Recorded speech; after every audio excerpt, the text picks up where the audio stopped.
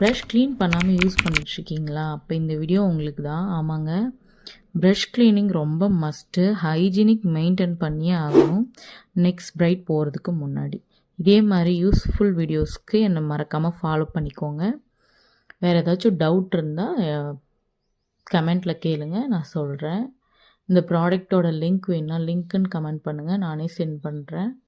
இதை ஒரு ஸ்ப்ரே பாட்டிலில் ஃபில் பண்ணிவிட்டு ப்ரஷ் மேலே இப்படி ஸ்ப்ரே பண்ணிவிட்டு ரொட்டேட் பண்ணோம் அப்படின்னா க்ளீன் ஆகிரும். பாருங்கள் எப்படி பண்ணுறேன்னு சொல்லி.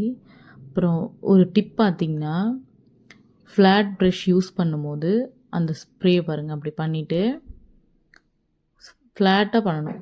அப்போ தான் ப்ரஷ் டேமேஜ் ஆகாமல் இருக்கும். நோட் பண்ணுங்கள். இந்த லிக்விட் தான் நான் ரொம்ப நாளாக யூஸ் பண்ணிகிட்ருக்கேன். ரொம்ப நல்லாயிருக்கு. ஹைஜீனிக்கு ஸ்பெண்ட் ஃபீல் பண்ணாதீங்க. இது மஸ்ட் நமக்கு.